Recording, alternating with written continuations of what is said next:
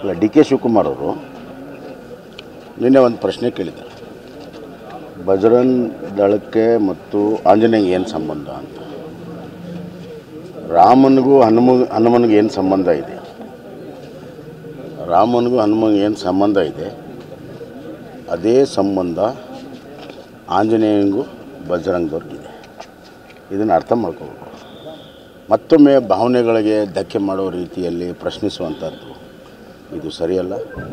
ಚುನಾವಣೆ ನಾವು ನಮ್ಮ ಕಾರ್ಯಕ್ರಮಗಳ ಮೇಲೆ ಮಾಡ್ತಾಯಿದ್ದೇವೆ, ಅವರು ತಮ್ಮ ಭರವಸೆಗಳ ಮೇಲೆ ಮಾಡ್ತಾಯಿದ್ದಾರೆ. ಜನ ತೀರ್ಮಾನ ಮಾಡ್ತಾರೆ.